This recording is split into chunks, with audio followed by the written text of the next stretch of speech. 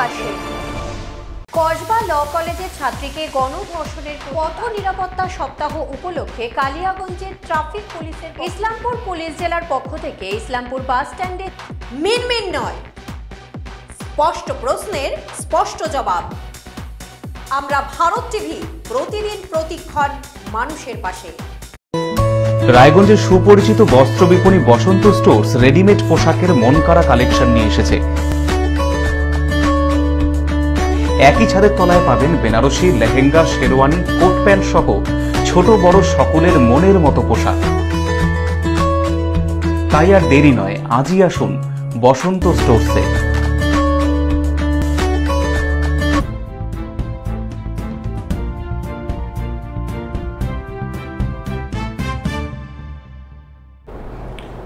Welcome, নমস্কার। ভারত টিভিতে আপনাদের স্বাগত। এই মুহূর্তে আপনাদের সাথে রয়েছি আমি রাধা মাধব। শুরু করছি আজকের সব কথা। আজকে আমাদের আলোচনা সময় যে বিশেষ ব্যক্তিত্ব আমাদের মাঝে উপস্থিত হয়েছেন তার সাথে একটু আপনাদের পরিচয় করিয়ে দেব। আজকে আমাদের মাঝে আছেন আমাদের রায়গঞ্জের সম্মানীয় বিধায়ক কৃষ্ণ কল্যাণী মহাশয়। তো আমরা তার কাছ থেকে আজকে সামনাসামনি কিছু প্রশ্নের উত্তর জেনে নেব আমাদের বিধায়ক মহাশয়ের কাছ থেকে। কৃষ্ণবাবু, আপনি রায়গঞ্জ বিধায়ক নির্বাচিত হয়েছেন প্রায় 1 বছরের মতো হয়ে গেল এবং কিছু প্রতিশ্রুতিও মানুষের কাছে আপনার ছিল। এই 1 বছর সময়ের মধ্যে আপনি কি কি কাজ করতে পেরেছেন? দেখুন, আপনি যেমন জানেন, আমি আজ থেকে 6-7 মাস আগে আমার টেনিয়ারের 3.5 বছর সমাপ্তির একটা আমি রিপোর্ট কার্ড বানিয়ে সেটা পাবলিক ডোমেনে একটা বই বানিয়ে ইংরেজিতে আর বাংলায় আমি দিয়েছি। তো নিয়ার অ্যাবাউট এই 4 বছরের টেনিয়ারে আমার 400 কোটি টাকার উপরে টেন্ডারের কাজ করতে পেরেছি। হ্যাঁ, আর যার মধ্যে যদি আমি বাইফার্কেশন যদি করি, হ্যাঁ, যে উপনির্বাচনের আগে কত করে করতে পেরেছি আর উপনির্বাচনের পর, তো উপনির্বাচনের আগে হ্যাঁ 250 কোটি টাকার মতো কাজ হয়েছিল, আর উপনির্বাচনের পর আমি 150 কোটি টাকার উপরের কাজ আমরা করতে পেরেছি, যার টেন্ডারিং হয়ে গেছে, ওয়ার্ক অর্ডার ইস্যু হয়ে গেছে, কাজও চালু হয়ে গেছে। হ্যাঁ, তো এই উল্লেখযোগ্য কাজগুলো কি কি আছে দু একটা যদি আমাদের বলেন। না, আজকে বিভিন্ন প্রান্তে রাস্তাঘাট, ড্রেনেজ সিস্টেম, হ্যাঁ, পানীয় জলের ব্যবস্থা, মানে 360 ডিগ্রি ওয়েতে উন্নয়নের কাজ হয়েছে। এবং রায়গঞ্জের যানজট, আপনার একটা যেটা কমিটমেন্ট ছিল যানজটকে আপনি যানজটের থেকে রক্ষা করবেন মানুষকে, সেই যানজট নিয়ন্ত্রণে আমরা দেখলাম একটা পুরো বাস স্ট্যান্ডের শিফটিংয়ের ব্যাপারে বোধহয় আপনার একটা কাজ চলছে। তো এই বিষয়টি যে কিভাবে কি করলেন যদি বলেন। দেখুন, আজ থেকে 5 মাস আগে এটা আমরা উদ্যোগ নিয়েছিলাম যে রায়গঞ্জের যানজট ব্যবস্থাকে কীভাবে কমানো যেতে পারে। কেননা একটা হচ্ছে রায়গঞ্জের মাঝখানে আপনারা দেখেছেন যে আমাদের রেলগেট রয়েছে, তো সেই রেলগেট যখন ট্রেন যায়, আটক যখন হয়ে যায়, তখন ব্যাপক যানজট হয়। তো তার জন্য আমরা ভাবেন রেলওয়ে কর্তৃপক্ষের কাছে আবেদনও করেছিলাম যে একটা ওভারব্রিজ কিংবা আন্ডারপাস করার জন্য, কিন্তু সেটার কোনো সুরা হয়নি। তারপর আমরা প্রশাসন লেভেলে বিচার বিমর্শ করে আমরা দেখলাম যে যদি রায়গঞ্জ পাবলিক বাস স্ট্যান্ড যেটা আছে, সেই পাবলিক বাস স্ট্যান্ডটাকে যাতে আমরা শহরের একপাশে স্থানান্তর যদি করতে পারি, তাহলে অনেকটা হয়তো রেহাই পাবে। তো সেই উদ্দেশ্যেই আমরা তারপর পেপার ওয়ার্কস চালু করেছিলাম, আর উইদিন 4 মাসের মধ্যে আজকে ভাবেন রায়গঞ্জের বাস স্ট্যান্ড যে জায়গায় স্থানান্তর হবে সেটা একটা পিডব্লিউডির জায়গা ছিল, সেই পিডব্লিউডির জায়গা থেকে আমরা ইউডি ডিপার্টমেন্টের মাধ্যমে রায়গঞ্জ মিউনিসিপ্যালিটির সাথে এগ্রিমেন্ট করে সেটাকে বাস স্ট্যান্ডের জন্য প্রদান করা হয়। তারপর এনবিডিডি ভাবেন নিয়ার অ্যাবাউট 2,98,00,000 টাকার, হ্যাঁ, এই বাস স্ট্যান্ড নির্মাণের জন্য আমাদের অর্থ প্রদান করেন। তারপর হচ্ছে আমিও আমার এমএলএ লেট ফান্ড থেকে 40 লাখ টাকা দিয়েছি। সুদার থেকেও হেলথ সেন্টার তৈরি করার জন্য ওখানে 35 লক্ষ টাকা দেওয়া হয়েছে। তো এখন তার সেগুলোর অলরেডি ওয়ার্ক অর্ডার ইস্যু হয়ে গেছে, ইতিমধ্যে কাজ চালু হয়ে গেছে। আমরা যেটা আশা করি যে নতুন বছরের আগেই আমরা হয়তো বাস স্ট্যান্ডটাকে আমরা স্থানান্তর করতে পারবো, শিলিগুড়ি মোড়ে নতুন বাস স্ট্যান্ড চালু করতে পারবো, তাতে অনেকটাই যানজটের সমস্যা সমাধান কিছুটা হবে। হ্যাঁ, অনেকটাই হবে। নেয়ার অ্যাবাউট ধরতে পারেন 70% যানজটের সমস্যা মিটে যাবে। কিন্তু মানুষ বলছে যে যানজটের সমস্যা কিছুটা সমাধান হলেও এই যে আমাদের রায়গঞ্জের যে রেল গেট, এটার একটা যদি কোনো ফ্লাইওভার বা আন্ডারপাস যদি না করা যায় তাহলে একটা সমস্যা হচ্ছে। এবং এই বিষয়ে যে আমাদের স্থানীয় যে এমপি রয়েছেন তিনি বলছেন যে আমাদের ডিস্ট্রিক্ট ম্যাজিস্ট্রেটের কাছে একটা এনওসির জন্য তিনি দিয়েছেন, তিনি ওরা ওই দিকের যে আমাদের যেটা এনএইচের মানে পুরনো এনএইচের উপর দিয়ে যে রেল লাইনটা গেছে সেটার উপরে একটা তিনি আন্ডারপাসের কথা বা ফ্লাইওভারের কথা ভাবছেন, কিন্তু এনওসিটা পাচ্ছেন না। না, এই বিষয়টা একটু দেখবেন। না, এটা ওনারা বিভ্রান্ত করার কথা বলতেছে। রেলওয়ে ডিভিশন একটা স্বতন্ত্র ভাবে নেন মন্ত্রণালয় রয়েছে, কেন্দ্র সরকারের দ্বারা পরিচালিত হয়। আর রেলের জায়গাতে হ্যাঁ রেল ওভারব্রিজ করবে না কি করবে তাতে হচ্ছে স্টেটের কোনো এনওসি লাগে না, ওটা রেলের জায়গায় বলে আইডেন্টিফাই করা আছে। তো উনি যেটা তথ্য দিচ্ছেন সেটা ভুল তথ্য। এই ভুল তথ্য না দিয়ে আগামী দিনে যাতে রায়গঞ্জে মানে ওভারব্রিজ কিংবা আন্ডারপাস হোক, হ্যাঁ তার জন্য উনি যদি সকারাত্মকভাবে যদি কাজ করেন তাহলে রায়গঞ্জের জনগণের ভালো হবে। এমনি ভয়েসে কারো উপর আরও দিয়ে হ্যাঁ নিজের কর্তব্য থেকে ওনারা সরে যেতে পারেন না। এর আগেও আপনারা দেখেছেন দেবশ্রী চৌধুরী যখন সাংসদ ছিলেন তখনই ভুয়াশা প্রতিশ্রুতি এনারা দিয়েছেন, হ্যাঁ কিন্তু একটাও প্রতিশ্রুতি হ্যাঁ এনারা রক্ষা করতে পারেননি। তো আজকে তেমনই এখন নবনির্বাচিত যিনি সাংসদ আছেন হ্যাঁ তিনি ওই দেবশ্রী চৌধুরীর দেখানো পদে চলছেন। হ্যাঁ তিনিও কোনো উন্নয়ন আর ডেভেলপমেন্টের থেকে ওনার দূর দূর পর্যন্ত কোনো সম্পর্ক নেই। তো মানুষকে যেটা ভুল প্রতিশ্রুতি দিয়েছিলেন সেটা রক্ষা করতে পারছেন না, সেই জন্য অজুহাত খোঁজার চেষ্টা করছেন। এই অজুহাত না খুঁজে যদি উনি কাজ করেন তাহলে রায়গঞ্জ জনগণের ভালো হবে। না, জনগণ চাইছে যে কেন্দ্র এবং রাজ্য সরকার দুজনে মিলিতভাবে যদি একসাথে কাজ করে, আমাদের বিধায়ক বা এমপি এরা যদি একসঙ্গে কাজ করে তাহলে মনে হয় উন্নয়নটা আরও একটু বেশি ভালো হয় কিনা। নিশ্চিত, আমরা তো তার জন্য দিল্লিতে দরবারও করেছিলাম। আমাদের দলের সেনাপতি সম্মানীয় সাংসদ অভিষেক বন্দ্যোপাধ্যায় উনি দিল্লিতে দরবার করেছিলেন। এমজি এনার্জিএসের যে 100 দিনের কাজের বকেয়া টাকা আছে আর যেই স্কিমগুলো বন্ধ করা দেওয়া হলো সেটার যাতে পশ্চিমবঙ্গ জনগণ যাতে তাদের অধিকার থেকে বঞ্চিত না হয় তার জন্য হ্যাঁ তিনি সেখানকার গ্রাম উন্নয়ন মন্ত্রী আমরা গিরিরাজ সিংয়ের কাছে গিয়েছিলাম, কিন্তু সেখানে গিরিরাজ সিং দেখা করেননি। ওনারা বলেছেন বাংলায় নাকি দুর্নীতি হয়েছে। আমরা তো সব প্রুফ এভিডেন্স নিয়ে আমরা গিয়েছিলাম। যদি বাংলায় দুর্নীতি উনি সরাসরি কেন ক্ষমতা রাখলেন না যে অভিষেক ব্যানার্জির সাথে সরাসরি কথা বলার? আমরা তো গিয়েছিলাম, অভিষেক ব্যানার্জি গিয়েছিলেন, কেন উচিত ছিল সহযোগিতা না কেন দেখা করেনি? সেই জায়গায় উনি তো দেখা করেননি। প্লাস আমাদের যারা এমএলএ এমপি যারা ছিল তাদের সাথে এমন দুর্ব্যবহার করেছেন দিল্লির পুলিশ দিয়ে, হ্যাঁ আমাদেরকে যথাভাবে হেনস্থা তারা করেছেন, চ্যাংদোলা করে আমাদের ধর্ণা মঞ্চ থেকে তারা সরিয়ে দিয়েছেন। আমরা সব সময় সহযোগিতার হাত বাড়িয়েছি। আজকে দেখুন ন্যায় মানে ভাবে না রঞ্জিশের রাজনীতি, শোধ প্রতিশোধের রাজনীতি এই বিজেপি কেন্দ্র সরকার করছে।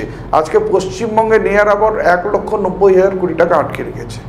আজকে যে কোনো বিজেপি পরিচালিত রাজ্যগুলায় রাস্তাঘাট উন্নয়নের জন্য 2500 কিলোমিটার রাস্তা নির্মাণের জন্য কেন্দ্র সরকার সহযোগিতা হাত বাড়িয়ে দেয়। যে কোনো বিজেপি চালিত রাজ্য সবগুলো পাচ্ছে, আজকে পশ্চিমবঙ্গে দেওয়া হচ্ছে না কেন? কেন পশ্চিমবঙ্গে 2021-এ তাদের আশা অন্যরা ফল হয়নি, তারা সরকার গঠন করতে পারেননি, সেই জন্য তারা একটা শোধ প্রতিশোধের রাজনীতিতে মেতে গেছেন। যেগুলা মানে পশ্চিমবঙ্গের প্রাপ্য সেই প্রাপ্যগুলা ওনারা পশ্চিমবঙ্গের আম জনগণের অধিকার কেড়ে নিচ্ছে। এমজি এনার্জিসের ভাবেন বকেয়া টাকা দিচ্ছেন না। আবাস যোজনা, যে আবাস যোজনায় সবার একটা স্বপ্ন ছিল যে সব গরিব নিম্নবিত্ত মানুষের মাথার উপর ছাদ হবে। ওনারা ভাবে নেন 2019 সালে 2024 সালে অনেক ভুয়াশি প্রতিশ্রুতি দিয়ে ভোট নিয়ে গেলেন, কিন্তু এখন আবাস যোজনাও তারা বন্ধ করে। ওনারা আবার বলছে যে হিসাব দেন নিয়োজন, না কোনো হিসাবে কোনো ব্যাপার নাই, এটা জিও ট্যাকিং হয়েছে ওনাদের কাছে, ডিরেক্ট যারা বেনিফিশিয়ারি আছে তাদের অ্যাকাউন্টে টাকা যাবে, ঠিক আছে। তো এখানে হিসাব দেওয়া আর হিসাব নেওয়ার কোনো ব্যাপার নেই। হ্যাঁ, তো আজকে তারা তাদের যেটা কর্তব্য আছে সেখান থেকে তারা সরে গেছে, এখন অজুহাতের রাজনীতি তারা করতেছেন। আজকে আপনারা দেখুন, অলরেডি আমাদের মা মাটি মানুষের সরকার, মানবিক মুখ্যমন্ত্রী 12 লক্ষ পরিবারকে অলরেডি বাড়ির জন্য তিনি ফান্ড অ্যালটমেন্ট করে দিয়েছেন, ঠিক আছে।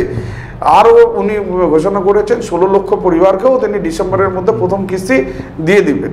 তো একতরফে কেন্দ্র সরকার পশ্চিমবঙ্গের জনগণের অধিকার কেড়ে নেওয়ার রাজনীতি করছে, অপরদিকে আমাদের মাটি মানুষের সরকার, মানবিক মুখ্যমন্ত্রী সাধারণ মানুষ যাতে কোনোভাবে বঞ্চিত না হয়, হ্যাঁ, সাধারণ মানুষ যাতে সরকারের সব রকম পরিষেবা পায়, তার জন্য উনি লড়াই করছেন। তার জন্য তাদের ভাবে নেন যেগুলো অধিকার থেকে বঞ্চিত হয়েছে, হয়তো কেন্দ্র সরকার থেকে হয়েছে, তার প্রদান করার কাজগুলো আমাদের মানবিক মুখ্যমন্ত্রী করছে। সাম্প্রতিক একটা ঘটনা ঘটছে, আমরা দেখছি যে বাইরের যে রাজ্যগুলো, যেরকম মনে করেন আপনার হরিয়ানা, দিল্লি, মহারাষ্ট্র, গুজরাট, এই সমস্ত জায়গায় আমাদের বাংলা থেকে প্রচুর মাইগ্রেন্ট লেবাররা যাচ্ছে এবং তাদেরকে বলছে যে বাংলা ভাষায় কথা বলার জন্য যদি কোনো আইডিও তারা দেখাচ্ছে, আইডি ছিঁড়ে ফেলছে এবং তাদেরকে সেখানে ডিটেনশন করছে, বিভিন্নভাবে পুলিশি নির্যাতন চলছে। তো এই বিষয়ে আমরা দেখছি এখন প্রতিদিনই আমাদের যে ট্রেনগুলো আছে, যে সেই ট্রেনগুলোতে তারা বাড়ি ফিরছে এবং অনেকে ওখানে আটকে রয়েছে। এবং আমরা জানতে পেরেছি আপনার সঙ্গেও বেশ কিছু সেখানে পরিযায়ী শ্রমিকরা যোগাযোগ করছে টেলিফোনে। তো এই বিষয়টা কী পর্যায়ে আছে যদি বলেন একটু। না দেখুন, এই বিষয়টা সত্যিই পীড়াদায়ক। হ্যাঁ, যেখানে বিজেপি পরিচালিত রাজ্য আছে সেখানে বাংলা ভাষায় কথা বললে তাদেরকে গ্রেপ্তার করা হচ্ছে, তাদেরকে ভাবেন ঘুষপেটিয়া হিসাবে দেখা হচ্ছে। যদিও আমি দেখেছি, আমার সাথে যারা যোগাযোগ করেছেন তাদের প্যান কার্ড আছে, আধার কার্ড আছে, ইভেন পাসপোর্টও আছে, তা সত্ত্বেও হ্যাঁ তাদের উপর অত্যাচার করা হচ্ছে। তো এই ধরনের মানে যে ধরনের ঘটনা ঘটছে এটা সত্যি বেদনাদায়ক। আজকে সবসময় দেখুন, পশ্চিমবঙ্গ ভারতবর্ষকে দিশা দেখিয়েছে। আজকে পশ্চিমবঙ্গের ভাবে নেন আমাদের কবিগুরু রবীন্দ্রনাথ ঠাকুর জাতীয় সঙ্গীত লিখেছেন। আজকে কবিগুরু রবীন্দ্রনাথ ঠাকুর গীতাঞ্জলি মহাকাব্য লেখে সাহিত্য জগতে প্রথম ভারতবর্ষকে নোবেল পুরস্কার তিনি পাইয়ে দিয়েছেন। তো আজকে পশ্চিমবঙ্গের অবদান ভারতবর্ষে ভোলা যাবে না। আজকে সেটা স্বাধীনতা সংগ্রামীর থেকে চালু করে, লেখক থেকে, কবি থেকে, মনীষী থেকে চালু করে সব জায়গায় পশ্চিমবঙ্গ ভারতবর্ষকে দিশা দেখিয়েছে। কিন্তু আজকে দুর্ভাগ্যজনক হ্যাঁ যে পশ্চিমবঙ্গের মানে বাংলা ভাষায় যারা কথা বলছে হ্যাঁ তাদেরকে বিভিন্নভাবে হেনস্থার শিকার হতে হচ্ছে, হ্যাঁ অত্যাচারের কবলে পড়তে হচ্ছে।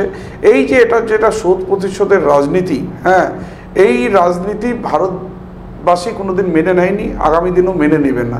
আজকে বিজেপি আরএসএস মিলে সংবিধানকে মিটাইয়ে ভাবে না নতুন সংবিধান রচনার ওনারা চেষ্টা করছেন, ষড়যন্ত্র করতেছেন, এটা ভারতবাসী কোনোদিন মেনে নেবে না। আজকে বিজেপির নেতারা বলছে যে কোনো রকম অত্যাচার হচ্ছে না, আপনারা মিথ্যে অভিযোগ দিয়ে রাজনীতি করছেন, সামনে ভোট আসছে তাই। না না, আজকে ওনারা বলতেছেন যে পশ্চিমবঙ্গে বাংলাদেশ থেকে অনুপ্রবেশ হচ্ছে, অনুপ্রবেশকারী আসছেন। আজকে আমাকে একটা কথা বলুন, এই যে যেটা পশ্চিমবঙ্গের সীমান্ত রয়েছে যে বর্ডার এলাকায়, হ্যাঁ সেটা কার দায়িত্বে আছে? সেখানে বিএসএফ বর্ডার সিকিউরিটি ফোর্স রয়েছে। আজকে মানে ভাবে নেন বর্ডার সিকিউরিটি ফোর্স থাকা সত্ত্বেও যদি কোনো বাংলাদেশ থেকে অনুপ্রবেশ হয় তো এটা কার ল্যাক্স রয়েছে? হ্যাঁ এটা তো কেন্দ্র সরকারের দায়বদ্ধতা। কেন তারা এরোচ্ছে? আজকে কেন্দ্র সরকার, কিন্তু এটাও তো ঠিক, আপনারা অনেক জায়গাতে জমি দেননি, সেখানে বিওপি করবো না না কোন জায়গায় আজকে কোথায় জমি দেওয়া হয়নি তারা জানান। আজকে ভাবে নেন কোনো নিউজ গদি মিডিয়ায় মানে ভাবে নেন কোনো একটা নিউজ পোর্টালে ওনারা বলে দিলেন, সেটা তো সত্য নয়। আজকে অমিত শাহ কিন্তু রিসেন্টলি বলেছিলেন যে বেঙ্গলে 407 কিলোমিটার কি 17 কিলোমিটার হবে, সেখানে নাকি বেড়া করা যায়নি, যেহেতু পশ্চিমবঙ্গ সরকার জমি দেয়নি এবং আপনারা দেরি করছেন জমি। না না, আমরা দেরি করতেছি না। আজকে জমি অধিগ্রহণ করার যেটা সরকারি প্রসেস আছে সেই নিয়ম কানুন তো ওনাকে মেনে চলতে হবে। আজকে প্রথমে ওনাকে কোথা থেকে ওনারা জমি নেবেন, কোথায় নেবেন, ওনাদের সেট আপ কী হবে না হবে, এগুলার টোটাল ডিটেল তো ওনাদের দিতে হবে। আজকে মৌখিক কোনো কিছু বলে তো কোনো কিছু হয় না, সব কিছু একটা ভাবে না লিগাল ডকুমেন্টেশন প্রসেস আছে, সেই প্রসেস ওনারা যদি প্রসেসই না করেন, উনারা রাজনৈতিক মঞ্চে যদি এগুলা কথা বলেন, তার আমার মনে হয় না কোনো গুরুত্ব আছে।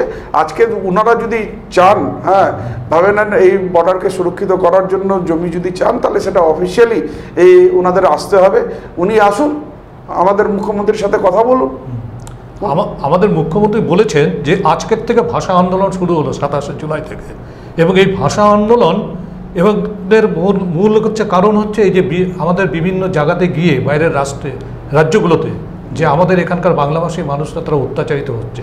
তাহলে আজকে এই ভাষা আন্দোলনটা কিভাবে আপনারা শুরু করছেন আমাদের এখানে? না, এটা ভাষা আন্দোলন, দেখুন এই আন্দোলন আমি আজকে তৃণমূল কংগ্রেস চালু করেছেন, আমাদের মাননীয় মুখ্যমন্ত্রী নির্দেশ দিয়েছেন আমরা পথে নামবো, কিন্তু আমি মনে করি এই আন্দোলনটা শুধু কোনো একটা দলের না, এই আন্দোলন পশ্চিমবঙ্গের আন্দোলন। পশ্চিমবঙ্গকে যারা ভালোবাসেন আর যারা বঙ্গবাসী আছেন তাদের অস্তিত্ব লড়াই আছে। এই লড়াইয়ে পশ্চিমবঙ্গের আপামর জনতাকে নামা উচিত, কেননা আজকে বাংলা ভাষা বলা আমাদের মনে করি না কোনো অপরাধ। আমরা বাংলা ভাষা, বাংলা সংস্কৃতিকে নিয়ে আমরা গর্বিত। আমরা আমাদের সংস্কৃতির প্রসার করব, আমরা বেশি করে বাংলা ভাষা বলবো। হ্যাঁ, এটা আমার নৈতিক অধিকার রয়েছে। কেউ যদি এই অধিকার থেকে যদি বঞ্চিত আমাদের করে, তাহলে শুধু এটা তৃণমূল কংগ্রেস না, আপামর পশ্চিমবঙ্গের জনগণ আপনি দেখবেন পথে নামবে।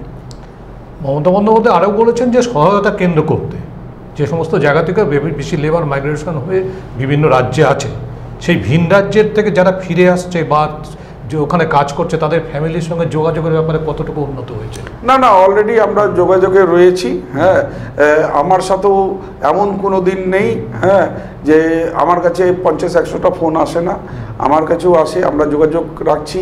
আমরা দিল্লিতেও অনেক বাসের ব্যবস্থা করেছি, এই সেখানে থেকে ভাবেন বাসে রওনা হয়ে তারা যারা ভাবেন আমাদের রাজ্যে ফিরতে চান, হ্যাঁ সেই ব্যবস্থা আমরা করেছি।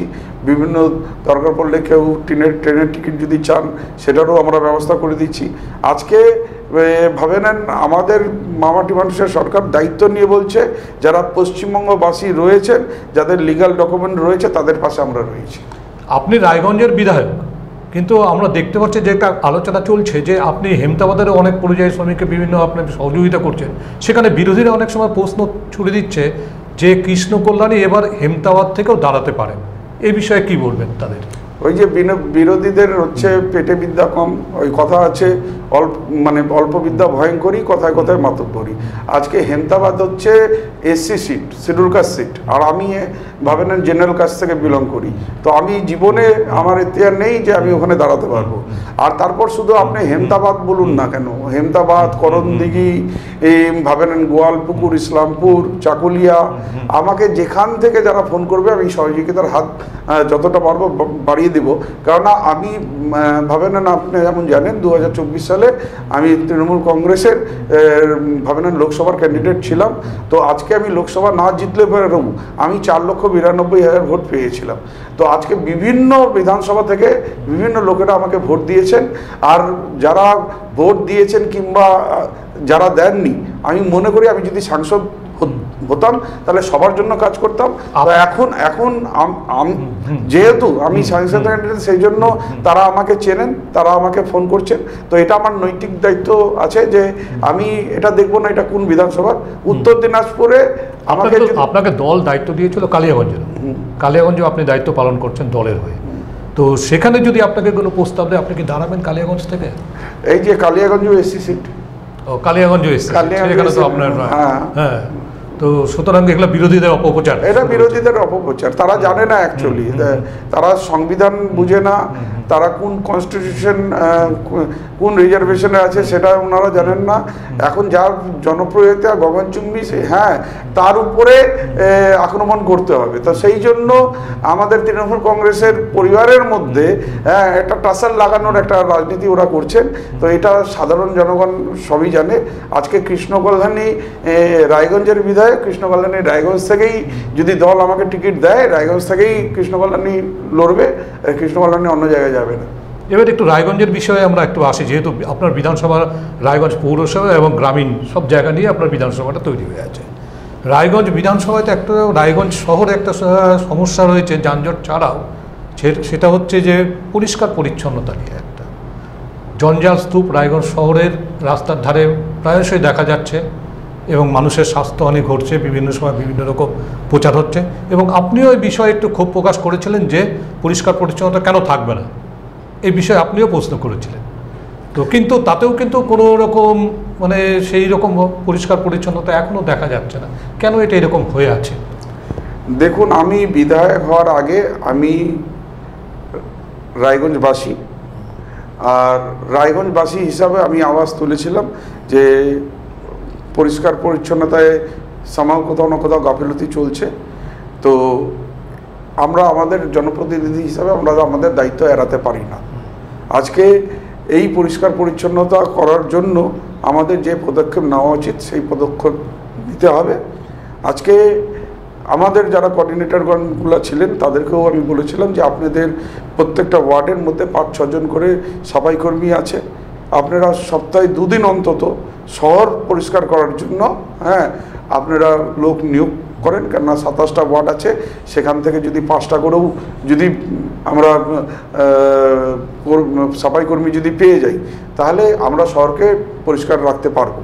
তো দেখুন, আমি বলার পর অনেকটাই পরিষ্কার হয়েছে, অনেকটাই কাজ হয়েছে। কিন্তু আজকে আপনাকে বলুন, এখন বর্ষার দিন আছে, মানে সেই হিসাবে হয়তো একদম 100% হয়নি। তবে এইটুকু দায়িত্ব নিয়ে বলছি, আপনারাও দেখছেন যে 80% উপর পরিষ্কার পরিচ্ছন্নতার ব্যাপারে আমরা সাফল্য পেয়েছি। সেটা হয়েছে, কিন্তু আবার দেখেন যে এই যে নতুন রাস্তা তৈরি দেখা যাচ্ছে অনেক জায়গাতে 2-3 মাস ধরে রাস্তা ভেঙে রাস্তা তৈরি হচ্ছে না, ওইভাবে পড়ে রয়েছে এবং সেখান থেকে ধুলোবালি উঠছে।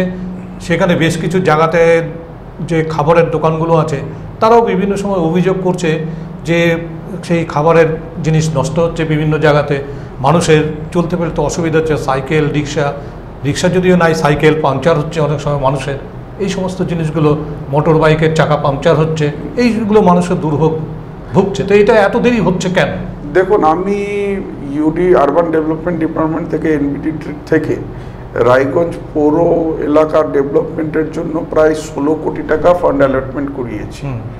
সেই ফান্ড যেটা অ্যালটমেন্ট করেছি সেটা টেন্ডারও হয়ে গেছে, ওয়ার্ক অর্ডারও ইস্যু হয়ে গেছে।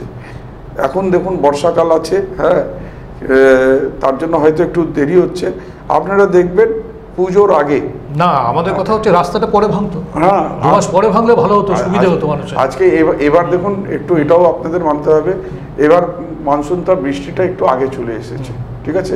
প্রথমে তারা ভেবেছিল হয়তো রাস্তাটা ভাঙলে তারা কাজটা তাড়াতাড়ি করে নিতে পারবে, কিন্তু সামহাও সেখানে কাজটা তারা তৈরি করতে পারেনি, তার আগে বৃষ্টি নেমে গেছে। তবে আমি আপনাদেরকে এইটুকু অ্যাসিওর দিচ্ছি, পূজার আগে ভাবে নেন এই কাজগুলো কমপ্লিট হয়ে যাবে। আপনিও ভাবে নেন যাতে এই কাজ খুব দ্রুত গতি পাক, তার জন্য পৌর প্রশাসকদের সাথে আমিও বসবো যে কেন ডিলে হচ্ছে, এই কাজটা তাড়াতাড়ি কমপ্লিট হলে পরে রায়গঞ্জবাসীর যে অসুবিধার সম্মুখীন হতে হচ্ছে সেখান থেকে তারা নিজাত হবে। আমি নিশ্চিত এটা নিয়ে কথা বলবো। না, আমরা অনেক সময় দেখছি যে আপনি এগুলো বিষয়ে প্রশ্ন করছেন এবং তাতে দেখা যাচ্ছে যে পৌরসভার প্রশাসক এবং বিধায়ক এই দুজনের মধ্যে মাঝে মধ্যে একটু আপনাদের মধ্যে কোঅর্ডিনেশনের একটু অভাব ঘটছে এবং এই কোঅর্ডিনেশনের অভাবটা হলে তো সেটা পরবর্তীতে ভোটের প্রভাব পড়তে পারে দলে। সেই বিষয় নিয়ে আপনারা কেন একটু? না, কোনো কোঅর্ডিনেশনের অভাব নেই তো, ঠিক আছে। আজকে আমি বিধায়ক আছি, আমার না দ্বন্দ্ব তো মাঝে মধ্যে প্রকাশ্যে চলে আসছে। না, কোনো দ্বন্দ্ব প্রকাশ্যে নেই। আর দেখুন, আমিও ভাবে নেন পৌর প্রশাসক যেটা আছে পাবলিক ডোমেইনে, আমি ওনার সম্বন্ধে কোনোদিন কোনো বাজে কথা বলিনি। আর আমার যত আপনি পার্সোনাল কোনো অ্যাটাক করা যায় না, আর আপনি যেটা বলেছেন কাজকর্ম সেটা তো আমি দায়িত্ব এড়াতে পারবো না, আমাকে বলতেই হবে। আর আমিও মনে করি যে পৌর প্রশাসক আমার সম্বন্ধে পাবলিক ডোমেইনে কোনো বাজে কথা না, সেটা বলেনি। তো আমরা একটা গরিমা রেখে রাজনীতি করি, ঠিক আছে। আজকে ভাবে নেন কোথাও যদি কাজ গতি পাচ্ছে না, সেই জায়গায় অবশ্যই আমি ওনাকে বলবো, হ্যাঁ, এটা কোনো খারাপ লাগার ব্যাপার না। হ্যাঁ, আজকে আমার দ্বারাও ভুল হতে পারে, আমার দ্বারা যদি ভুল হয়, আমাকে যদি উনি আমার ভুলটা ধরিয়ে দেন, হ্যাঁ, তাহলে আমি আমার ভুলটা সুধার করার চেষ্টা করব। একটা গঠনমূলক ক্রিটিসিজম হতে পারে, না হতে পারে, হ্যাঁ, কেন উন্নয়ন হবে না, হ্যাঁ, সেটার জন্য ডেভেলপমেন্ট থামায় থাকবে না, ডেভেলপমেন্টের জায়গা হবে। হ্যাঁ, আমরা ডেভেলপমেন্টের ক্ষেত্রে আমি ওনাকে বলবো এই হিসাবে কাজ করা উচিত, উনি হয়তো আমাকে সাজেশন করতে পারেন এই হিসাবে কাজ করা উচিত। হ্যাঁ, আমি তো এইবার পৌরসভা 75 বছর পূর্তি এই অনুষ্ঠানে যখন সামিল হয়েছিলাম, আমি ওনাকে বলেছি যে আপনি একটা সাজেশন বক্স শহরের ওখানে রাখুন, হ্যাঁ, যে আমরা শহরবাসীরও সাজেশন নিই যে কি করলে ভালো হয়। অনেক সময় আমরা যেটা চিন্তাধারা করছি আমাদের থেকে বেটার চিন্তাধারাও অন্য কেউ করতে পারে, সেই বেটার চিন্তাধারা যদি পাই সেটাকে আমরা ইমপ্লিমেন্ট করবো। না, সব ঠিক আছে, কিন্তু দেখুন ভোট তো চলে আসছে, আর তো 8 থেকে 9 মাস ভোটের বাকি আছে বিধানসভার। রায়গঞ্জ পৌরসভার জঞ্জাল নিয়েও মানুষের একটা ক্ষোভ আছে, রাস্তাঘাট নিয়েও ক্ষোভ আছে, আরো অন্যান্য যে পরিষেবাগুলো সেগুলো কিন্তু সঠিক নেই, পানীয় জল মানুষের ঘরে ঘরে এখন পৌঁছায়। আচ্ছা, আপনি ঠিক আছে, সামনে বিধানসভার সামনে যেটা আপনি বললেন যে মানুষের ক্ষোভ আছে, আমি ভাবেন না আপনার কথাটাকে যদি আমি সত্যি মেনেও নিলাম, ঠিক আছে, তো ক্ষোভ কার উপরে থাকে? যে কাজ করে তার জন্য আলোচনা হয়, তার জন্য সমালোচনা হয়। যে কাজ করে না, আজকে যারা কাজ করেনি, আজকে দেখুন হয়তো 70-80% পানীয় জলের পাইপলাইন বিছানোর কাজ হয়ে গেছে, হয়তো 20% বাকি আছে, কিন্তু 80% তো হয়েছে। আজকে তাহলে ওই 80% তো আমাদেরকে তাহলে ভোট পাওয়া উচিত। আপনি যদি বলেন উন্নয়নের নিরিখে, তাহলে তো 80% তো আমরা এগিয়ে আছি। বিরোধীরা যেটা কথা বলছে, আজকে ভাবেন কেন্দ্রে ওদের সরকার আছে, বিজেপির সরকার আছে, সাংসদ ওনাদের আছে, আজকে বলুন তো 100 বছর হয়ে গেছে, ওই সাংসদ একটা কোনো কিছু উদ্বোধন করতে পেরেছে? আমি তো রাস্তাঘাট আজকেও আপনার এখান থেকে ইন্টারভিউ দেওয়ার পর আমিও একটা নতুন রাস্তার উদ্বোধন করতে যাবো। সাংসদ ঠিক আছে, কিন্তু আপনাদের গ্রামীণ উন্নয়ন হয়েছে অনেকটাই, এটা অস্বীকার করার কথা নেই, কিন্তু গ্রামের মানুষ যখন শহরে আসে তখন তারা দেখছে ভাঙা রাস্তা, এই ব্যবস্থাটা হলে ভোটটা আসবে না। না, আপনাকে আমি কি বললাম, 16 কোটি টাকা টেন্ডার হয়ে গেছে, ওয়ার্ক অর্ডার ইস্যু হয়ে গেছে। এখন শহরে যখন 16 কোটি টাকার কাজ হবে, তো সেই কাজ নিশ্চিত দেখা যাবে। আমি তো আপনাকে বললাম, মানে আপনি আশাবাদী অবিলম্বে যেগুলা কাজ অলরেডি টেন্ডার অ্যাওয়ার্ডেড হয়ে গেছে, ওয়ার্ক অর্ডার হয়ে গেছে, সেটা কাজ একটু ডিলে হতে পারে, কাজ তো হবেই। আর আপনি দেখবেন একদম পুজোর আগে একদম ঝা চকচকে রায়গঞ্জ আপনি দেখতে পারবেন। কিন্তু রায়গঞ্জ পৌরসভা কাজ শুরু হলে বৃষ্টি হয়ে যায়, এটা তো একটা নিয়ম রয়েছে। না, যেটাই দেখুন, ন্যাচারাল ক্যালামিটিকে আমরা এড়াতে পারবো না। এর মধ্যে টেকনোলজি অনেক ডেভেলপ হয়ে গেছে, যদি বৃষ্টি আসে তাও কাজ করতে হবে, ডেভেলপমেন্ট আটকাবে না। আমি আপনাকে বলতেছি কাজের গতি আগের থেকে অনেকটা ধরেছে। আগামী দিনে দেখবেন আপনারা খুব শীঘ্রই আমাদের শহরের যেটা রাস্তাঘাট ড্রেনেজ ব্যবস্থা যেটা আছে সেটা সম্পূর্ণ ভাবে, সেটা আপনি উন্নয়ন বলছেন, কিন্তু অনেক জায়গাতে আমরা যেটা খবর পাচ্ছি, বিভিন্ন জায়গাতে মানুষ যেটা আলোচনা করছে, আমাদের কথা নয়, সেটা হচ্ছে 17 সালের যে মানুষের একটা ভয়াবহ একটা অভিজ্ঞতা যে পৌর ভোট নিয়ে, সেটা কিন্তু মানুষ বলতে পারেনি। তো সেটাকে ভোলাবার জন্য তো উন্নয়ন আরো বেশি করে করতে হবে। না, উন্নয়ন আজকে আপনি দেখুন 2017 সময় আপনি দেখুন রায়গঞ্জ শহরের গ্রাফটা কি ছিল, এখন রায়গঞ্জ শহর একটা মডার্ন সিটির রূপ নিয়েছে, রায়গঞ্জ শহরের ডেভেলপমেন্ট হয়েছে, এটা আপনি অস্বীকার করতে পারবেন না, এটা রায়গঞ্জবাসী কেউ অস্বীকার করতে পারবে না।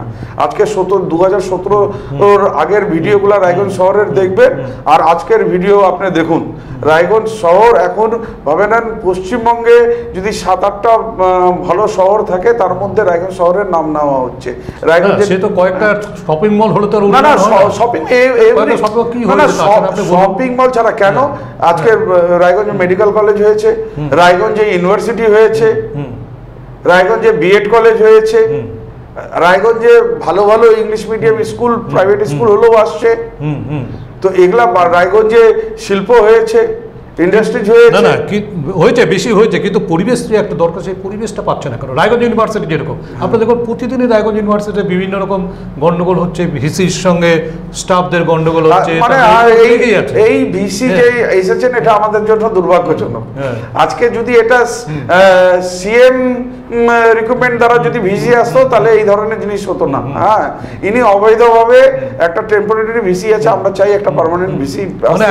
আজকে উনি ভাবে নেন বিজেপি দলকে সাপোর্ট করার উনি মানসিকতা নিয়ে এখানে কাজ করছেন। উনি যদি একজন ভিসির যদি নিজের দায়িত্ব নিয়ে যদি কাজ করতেন, তাহলে রায়গঞ্জ ইউনিভার্সিটির পঠন পাঠন থেকে চালু করে ইনফ্রাস্ট্রাকচার ডেভেলপ হতো। মেডিকেল কলেজে দেখুন, কালকেও আমরা দেখেছি যে পেশেন্টকে কাঁধে করে নিয়ে ঢুকতে হচ্ছে, ট্রলি নেই, সঠিক সময়টা না, সব ট্রলি আছে। আজকে যে আপনি দেখুন, তদন্ত করে দেখবেন যারা যে কাঁধে নিয়েছে, কারণ ওই মেডিকেল কলেজে নিজেই আছে, শুনুন শুনুন, যে কাঁধে নিয়েছে আর যাকে নিয়েছে দুইজন কি সুস্থ অবস্থায় ছিলেন? আজকে দুইজন অসুস্থ অবস্থায়, ইনটক্সিক অবস্থায় ছিলেন। ওনারা তো নেশাগ্রস্ত অবস্থায় ট্রলিটাকেও দেখতে পাচ্ছেন না। দেখবার জন্য তো লোক থাকবে, হ্যাঁ, যে কেন দেখবার জন্য না, আজকে দেখবার জন্য আছে না। আজকে আমাদের দেখুন, আমাদের নিজেদেরকে দায়িত্বশীল হবে। আজকে যে ওই ভিডিওটা তুলছে, আমি একটা কথা বলছি, যে ওই ভিডিওটা তুলছে তার মানসিকতার পরিচয়টা কিরকম? আজকে সে ভিডিওটা না তুলে সে সহযোগিতা করতে পারতো? তাহলে আজকে যে ভিডিও তুলেছে তাকে কি বলবে? তার দায়িত্ব সমাজের প্রতি কি আছে? না না, তার দায়িত্ব সমাজের প্রতি কি আছে? আমি তার তো দায়িত্ব চিত্রটা তুলে ধরা, তার তো দায়িত্ব হেল্প করে, চিত্রটা তুলে না ধরলে আজকে শুনুন, আজকে প্রথম যেটা আছে, আমরা মানব ধর্ম পালন করব। আজকে যখন ওই অবস্থায় আছে, আমি প্রথমে নিজের সহযোগিতার হাত বাড়িয়ে দিব, তারপর দরকার পড়লে ওনার কাছে নিব যে আপনি কেন ইয়ে করলেন, আপনি এই অবস্থায় ইয়ে করলেন। তো তার তো সহযোগিতার হাত বাড়ায়নি, তার কি বাড়ানো উচিত ছিল না? তো আমাদের সবাইকে বুঝলেন দায়িত্বশীল হতে হবে, সমাজের রেসপন্সিবিলিটি সবাইকে নিতে হবে। সমাজের রেসপন্সিবিলিটি শুধু একজন জনপ্রতিনিধি হলো আর সমাজটা ভালো সমাজতন্ত্র গঠন হবে তাই না। ভালো সমাজতন্ত্র গঠন করতে গেলে প্রত্যেকটা মানুষকে সমাজের প্রতি দায়িত্বশীল হতে হবে। আচ্ছা, আগামী দিনে কি কি উন্নয়নের আপনার চিন্তা ভাবনা রয়েছে? শুনুন, আপনাদের যেটা বললাম, সাংসদ এর আগে দেবশ্রী চৌধুরী বললেন, যবে আমি ইয়ে করেছিলাম রায়গঞ্জ পার্শ্বের ব্রিজের কথা বলেছিলাম, তারপর উনি নীতিন গাডকারির চিঠি নিয়ে আসলেন, বললেন এটা ওখানে না, আমি করতেছি। হ্যাঁ, যাই হোক, ওনার টেন্ডিয়ার পেরিয়ে গেল। আমার যেটা রায়গঞ্জ পার্শ্বের কাজের 90% কাজ আমি করে ফেলেছি। তার মাঝখানে দেখলাম সাংসদের চিঠি চলে আসলো, এখনকার নবনির্বাচিত সাংসদ, তিনি নাকি এনএচআইকে দিয়েছেন, তিনি নাকি এটা করিয়ে নেবেন। তো আমি একটা সময়সীমা বন্ধ করে আমি দেখে নেওয়া উচিত, যাচাই যে ইনি কতখানি পারেন। তো আজকে আপনাদের মাধ্যমে আমি রায়গঞ্জের জনগণকে বলে দিলাম, ওই সাংসদের ক্ষমতা নাই, ভুয়া লেটার করলে পরে ডেভেলপমেন্ট করা যায় না। হ্যাঁ, তো উনি পারবেন না। এবার আবার কৃষ্ণ কল্যাণী দায়িত্ব নিল যে রায়গঞ্জের ব্রিজটা করলে পরে আমাদের মামাটি মানুষের সরকারি করতে পারবে, কেন্দ্র সরকার করতে পারবে না। এরা শুধু ভুয়া প্রতিশ্রুতি দেয়, ভোটের আগে এইমস করবে এটার প্রতিশ্রুতি দেয়। আজকে যদি বলুন না, ওনারা বলুন, সহজ থাকলে ওনারা বলুন রায়গঞ্জে এইমস করবে, আমি মুখ্যমন্ত্রীর কাছে দরবার করবো জমির জন্য, আমি দরবার করব। রায়গঞ্জের এমপি তো পার্লামেন্টে বলেছে যে রায়গঞ্জে একটা এইমস চাই, এবং উনি বলছেন যে যদি মুখ্যমন্ত্রী তাকে একটা কনসেন্ট মানে চেয়ে পাঠায়। না না, মুখ্যমন্ত্রী না, উনি আজকে এইমস দেখুন, যে কোনো রাজ্যে একটাই এইমস হয়, দ্বিতীয় এইমস করার জন্য ওই ক্যাবিনেট মন্ত্রণালয় পাস করাতে হয়। উনি ক্যাবিনেট মন্ত্রণালয় পাস করান যে রায়গঞ্জে এইমস হবে না, উনি বলছেন মুখ্যমন্ত্রী চায়। না না না, মুখ্যমন্ত্রী এইমস চাইবে, না না, এইমস চাই না, আমরা সবাই জনগণ আমরা চাচ্ছি, ঠিক আছে, মুখ্যমন্ত্রীরা জনগণ হিসাবে চাচ্ছেন। প্রথমে উনাকে ক্যাবিনেটে পাস করাতে বলেন, মন্ত্রণালয় লোকসভা ক্যাবিনেটে পাস করাবেন যে দ্বিতীয় এইমস, তারপরে মুখ্যমন্ত্রী কনসার্ন দেবেন। না, হ্যাঁ একদম দিবেন, 100% দিবেন। উনি আগে ক্যাবিনেটে পাস করান, ক্যাবিনেটে পাস করায় যে রায়গঞ্জে আমি আপনারা বলতে শুনেন, যে কোনো কাজ করার একটা প্রসেস আছে। এখন যিনি নবনির্বাচিত সাংসদ হয়েছেন, উনি চিঠি দেওয়া ছাড়া কোনো গভর্নমেন্ট প্রসিডিওর উনি জানেন না, ঠিক আছে। তো আগে যেটা প্রসেস আছে, আমাদের প্রথম এমন তো ক্যাবিনেটে পাস হয়ে এসেছে না, প্রথম তখন তো কনসার্ন লাগে না, না প্রথম এইমস কনসার্ন লাগে না, দ্বিতীয় এইমস ইয়ে করলে ক্যাবিনেটে পাস করাতে হয়, ঠিক আছে। তো এখন আগে ক্যাবিনেটে পাস করান, রায়গঞ্জ করবেন। আমি দায়িত্ব নিয়ে বলছি, বিধায়ক হিসেবে, রায়গঞ্জের বিধায়ক হিসেবে দায়িত্ব নিয়েছি। উনি যদি ক্যাবিনেটে পাস করে নিয়ে আসতে পারেন, আমি মুখ্যমন্ত্রীর কাছে দরবার করে জমি অ্যালটমেন্টের ব্যবস্থা করব।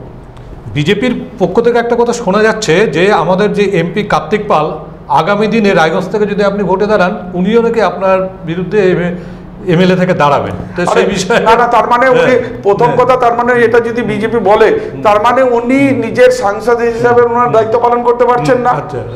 যে দায়িত্ব, বড় দায়িত্ব রায়গঞ্জবাসী, উত্তর দিনাজপুরবাসী দিয়েছিল, পারছেন না। এখন নিচে নামে আসতে চান, ওয়েলকাম, কোনো অসুবিধা নাই। উনি ওখানেও ব্যর্থ, এখানেও ব্যর্থ হবেন। একটা মানুষ ভুল করে, রায়গঞ্জবাসী ভুল করেছিল, হ্যাঁ, ওনাকে ভোট দিয়েছিল, তারপর বাই ইলেকশনে ভুলটা সুধার করে নিয়েছে, কৃষ্ণ কল্যাণীকে 50,077 ভোটে জিতি। তো এবার উনি আসুক, আর আমি ওয়েলকাম করতেছি, রায়গঞ্জে আসুন, আপনাকে 50,077 না 50,000 মিনিমাম 78 ভোটে হারাবো।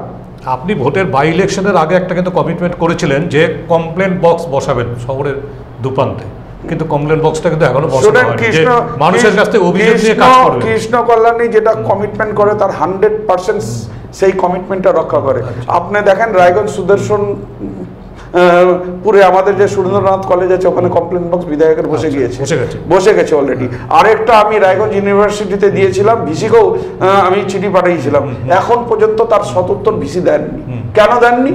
উনি হয় বসাতে দিবেন, তার উনি উত্তর দিবেন না, উনি বসাতে দিবেন, হয় তার উত্তর দিবেন, হয় উনি বসাতে দিবেন না, কোনো লিগ্যাল গ্রাউন্ডে ওনার অসুবিধা হচ্ছে, অবস্ট্রাকশন আছে, আচ্ছা উনি উত্তরই তো দিচ্ছেন না।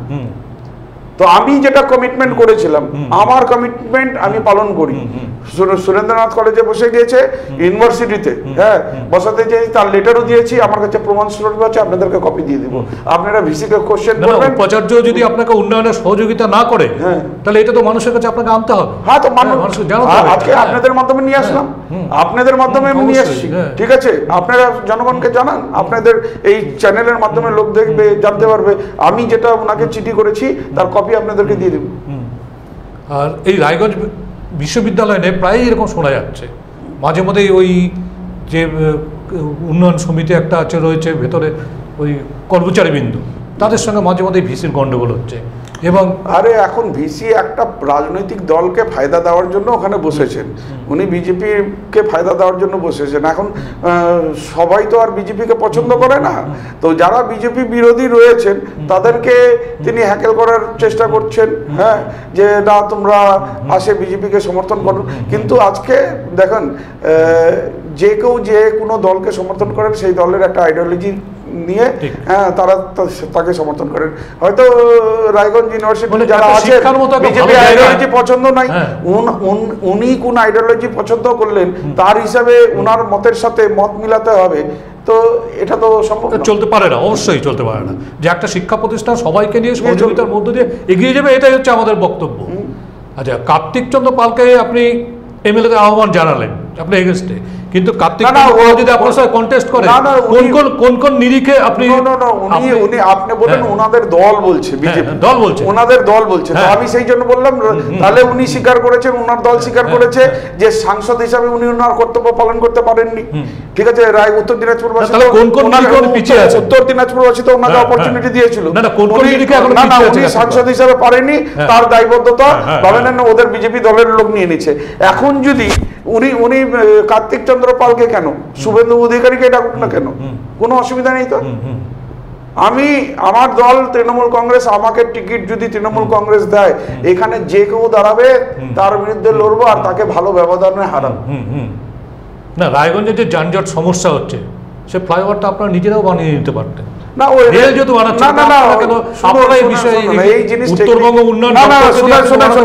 টেকনিক্যালি জিনিস আপনাকে জানতে হবে, ওই যেটা বানিয়ে নিতে পারতাম আমরা পারি না, কেন ওটা রেলের জায়গা, না রেলের জায়গা, রেলের জায়গায় রেলের ইনফ্রাস্ট্রাকচার হয়, ঠিক আছে? তো রেলের ইনফ্রাস্ট্রাকচারের জন্য আমরা আবেদন করেছি, তারা করুক, ঠিক আছে?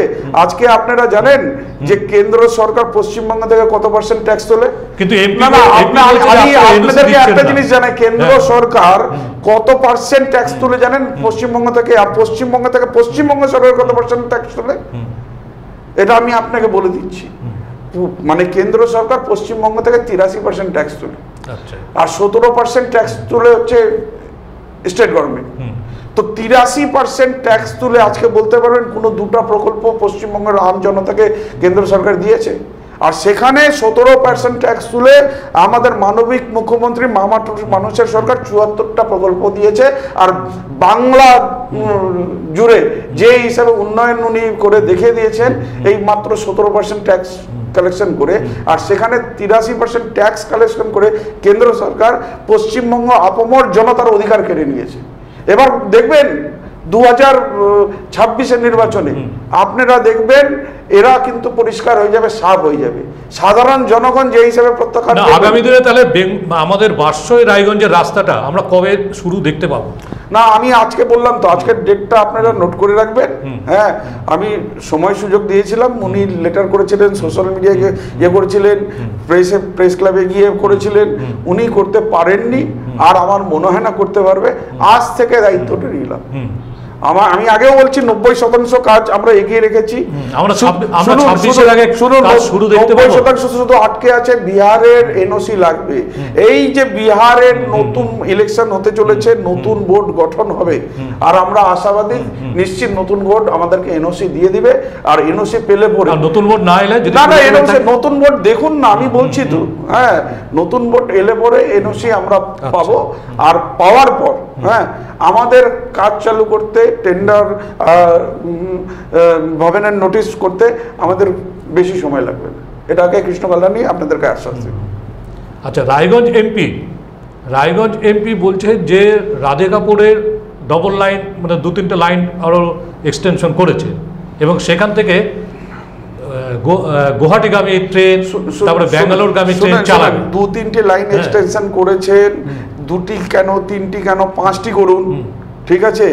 তো 5টি করেও তো লাভ নাই যতক্ষণ না আপনি নতুন ট্রেন চালু করবেন। আগে দিল্লিগামী ট্রেন সপ্তাহে 7 দিন চলতো, এখন 1 দিন চলে। তো উনি 2টা লাইনের জায়গায় 3য় করে আমার তো লাভ হচ্ছে না। আগে স্যাংশন করে নিয়ে আসুন। উনি বলছেন ট্রেনের সংখ্যা বাড়াতে পারছেন না, যে রায়গঞ্জে ইনফ্রাস্ট্রাকচার নাই, ফ্লাইওভার নাই, বা না রায়গঞ্জের ইনফ্রাস্ট্রাকচার শুনুন, মানে 17 বার করে শুনেন। আমি একটা কথা আমি বলছি যে অজুহাত দিয়ে রাজনীতি বেশি দিন টিকা যায় না। আজকে যে দিল্লির ট্রেন আমরা তো দেখেছিলাম কয়েক বছর সপ্তাহে 7 দিন চলছিল, তাহলে কি তখন কি ইনফ্রাস্ট্রাকচার ছিল না? নিশ্চিত ইনফ্রাস্ট্রাকচার ছিল, সেই জন্য 7 দিন চলেছে। তারপর 7 দিনকে 1 দিন করা হলো কেন? তো এই যে মিথ্যা অজুহাত দিয়ে ডিমোশন হয়েছে, তো আজকে মিথ্যা অজুহাত দিয়ে উনি নিজের ব্যর্থতাকে লুকাতে পারবেন না। জনগণ অনেক সজাগ সচেতন আছেন। হ্যাঁ, জনগণ বুঝতে পেরেছেন কে কাজ করার ক্ষমতা আছে, কার কাজ করার ক্ষমতা নেই। হিসাব দিবে 2026-এ জনগণ।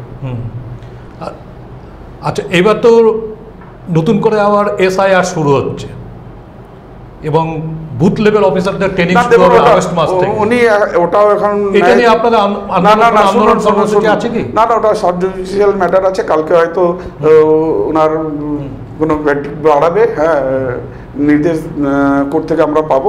তার আগে আমি এটার বিষয়ে কোনো মন্তব্য করবো না। লকডাউনের সময় আমরা যখন দেখেছি যে বিভিন্ন ট্রেন ভর্তি করে করে পরিযায়ী শ্রমিকরা ফিরে আসছে, তা আবার কিন্তু সেই লকডাউনের স্মৃতি আমাদের মনে করিয়ে দিচ্ছে যে বিভিন্ন রাজ্য থেকে পশ্চিমবঙ্গে সমস্ত মাইগ্রেন্ট লেবাররা ঢুকছে। না তো কি করবে আজকে? এই ব্যাপারে তাদের সহযোগিতার জন্য আপনারা কি করছেন? একদম আমরা হাত বাড়িয়ে দিচ্ছি। আজকে যে হিসাবে অত্যাচার করছে, হ্যাঁ, আর যেই হিসাবে ডিটেনশন ক্যাম্পে তাদেরকে করা হচ্ছে, আজকে এখানে কোনো শুধু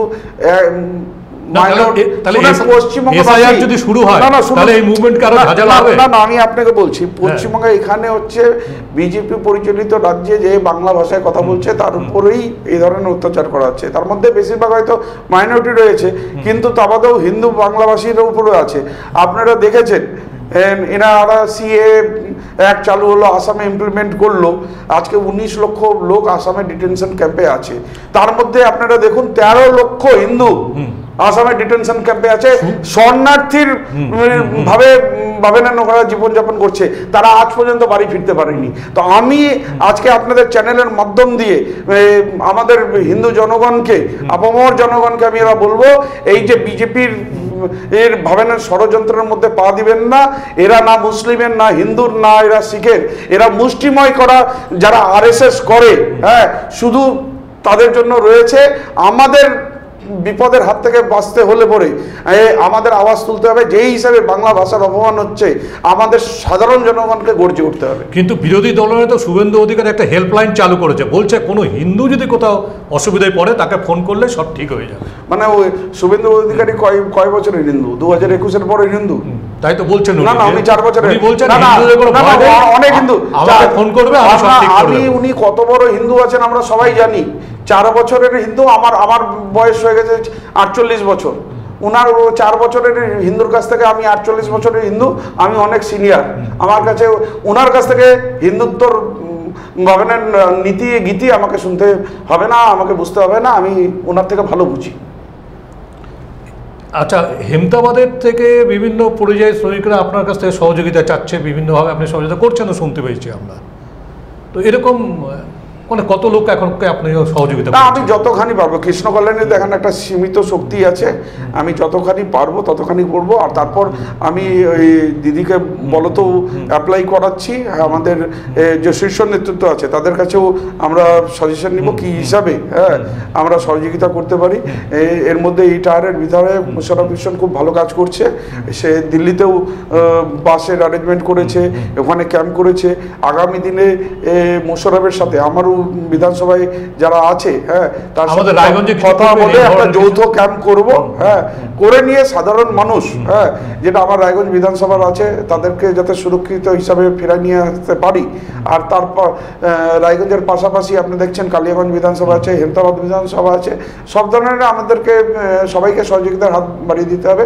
আমরা কথা বলে নিয়ে আগামী দিনে আমরা একটা যৌথ উদ্যোগ ক্যাম্প করে হেল্পলাইন নাম্বার জারি করে সাধারণ মানুষেরকে সহযোগিতা। আরেকটা প্রশ্নে আসি, যে সম্প্রতি আমরা দেখলাম যে কোনো একটা পুলিশ স্টেশনে কোনো এক পুলিশ অফিসার ডাইং হার্নিং কেসে তা একটা পুলিশ পরিবারকে বিভিন্নভাবে ভোগাচ্ছিলেন, সময় মতো কাজ করছিলেন না এক কথায়, এবং সেই পরিবারের লোকরা আপনার দ্বারস্থ হয়েছিলেন। আপনি পরবর্তীতে সেই পুলিশ অফিসারকে বলেছিলেন যে সেই পরিবার কেন হয়রানি হচ্ছে তার কাছে ভুল স্বীকার করতে হবে এবং কাজটা তার করে দিতে হবে, এবং এই ভিডিওটা ভাইরালও হয়েছে বিভিন্ন জায়গাতে। তো আমরা দেখছি যে পুলিশ প্রশাসন ঠিকমতো কাজ করছে না, মানুষ সহযোগিতা পাচ্ছে না, অনেক ক্ষেত্রে বিধায়ককে হস্তক্ষেপ করতে হচ্ছে তার কাজের জন্য। এরকম কেন হচ্ছে? না না, কেন তাহলে কি প্রশাসনিক কোনো ব্যবস্থাটা কি ভেঙে পড়ছে? আজকে দেখুন, যে মহিলা আমার কাছে এসেছিল তার বাবাও পুলিশে চাকরি করতেন, সে পুলিশেরই পরিবার, ঠিক আছে। আর তারপর যে অফিসার ওনাকে ভাবে নেন ওনার কাজ করে দিচ্ছেন না কিংবা ওনাকে হ্যাকেল করছেন, সেও পুলিশ। তো আমি তো পুলিশের পরিবারের কথা পুলিশের কাছে তুলেছি। আমি তো বলেছি যে আমি জনপ্রতিনিধি, শুধু পুলিশ কেন, সাধারণ মানুষও আপনি করছেন। আমি জনপ্রতিনিধি, সাধারণ মানুষ। যদি কোনো কাজের সুরাহা না পায় সে তো বিধায়কের কাছে আসবেই। আর বিধায়কের তো এটা নৈতিক দায়িত্ব রয়েছে, কর্তব্য রয়েছে। আজকে আমার কাছে আসা কি অন্যায়? আমি তো ওই পুলিশ অফিসারকে এই কথাই বলছি, কেন আসবেন না? আপনি নিজের ডিউটিটা করুন।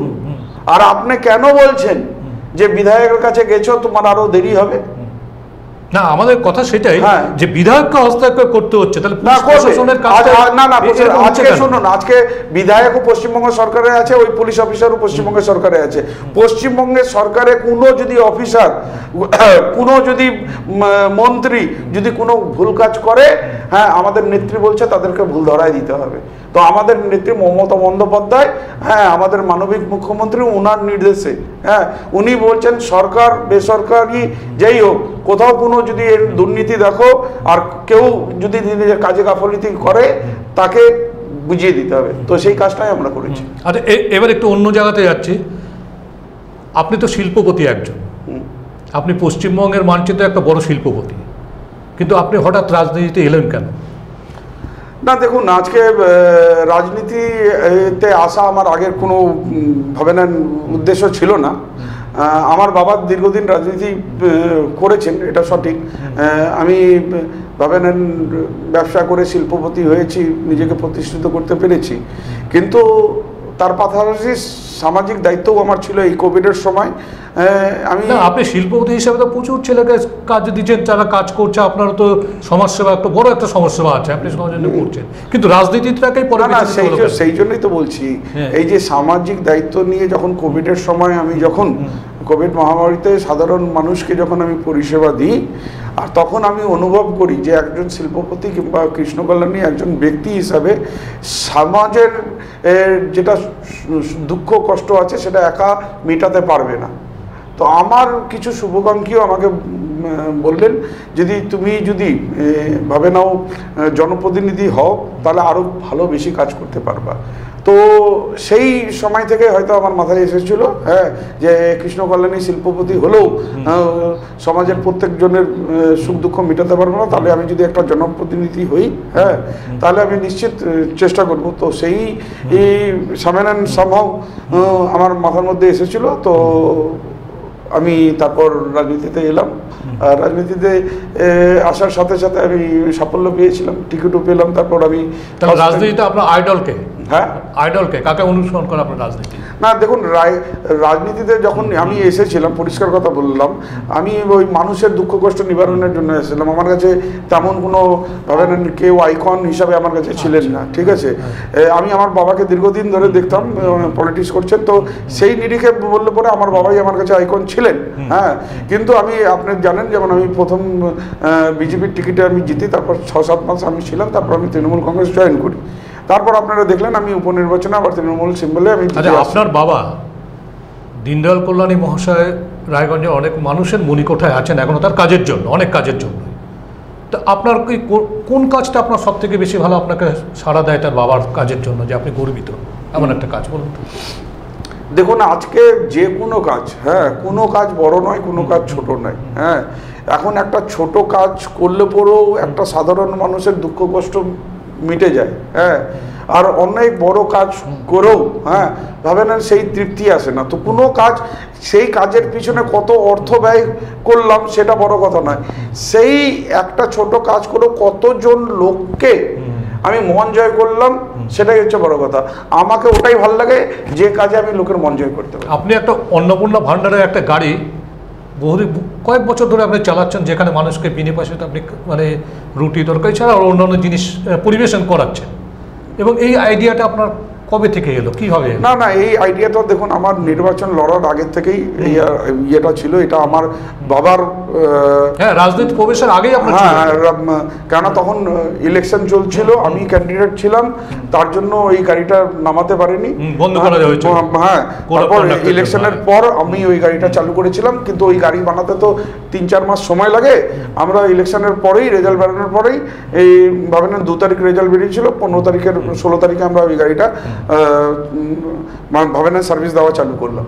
তো আজকে আমি যখন বিজেপিতেও ছিলাম তখনও ওই গাড়িতে পদ্ম ফুল লাগাইনি, ওটা আমার বাবার স্মৃতিতে। আমি আজকে তৃণমূলও আছি, তো জোড়া ফুল আমি লাগাইনি। আমি মনে করি আমি ডেলি আমার বাবার নিমিত্তে প্রসাদ লাগাই, আর এই প্রসাদটা পুরো রায়গঞ্জের জনগণ, আমার যে এলাকায় যখন যেদিন চলে, হ্যাঁ, সেই এলাকার মানুষ যাতে এই প্রসাদটা গ্রহণ করুক, সেই জন্য এটার মধ্যে আমি রাজনীতিকরণ করিনি। এটা টোটালি, হ্যাঁ, ভাবে না আমার বাবার স্মৃতির জন্য, হ্যাঁ, এটা আমি প্রসাদ লাগানোর কাজ, এই নিয়ে কোনো রাজনীতি নয়। আমি সাধারণ জনগণকে বলবো, হ্যাঁ, অন্নপূর্ণা ভান্ডার আপনাদের নিজেদের গাড়ি। আজকে আমাদের সময় প্রায় শেষের দিকে। একজন বিধায়ক হিসেবে আপনাকে যদি মার্কস দিতে বলা হয়, আপনার মার্কশিটে আপনি নিজের জন্য কত মার্কস দেবেন? আমার শুনুন, বিধায়ক হিসেবে আমি মার্কস দেওয়ার, আমি আমার এখতিয়ারে পড়ে না, আমার মার্কস জনগণ দেবে। আজকে সময়ের অভাবের জন্য আমরা সব কথা এখানেই শেষ করছি। আবার মিলিত হব কোনোদিন আপনার সাথে। নমস্কার, ভালো থাকবেন, দেখতে থাকুন সব কথা ভারত টিভিতে।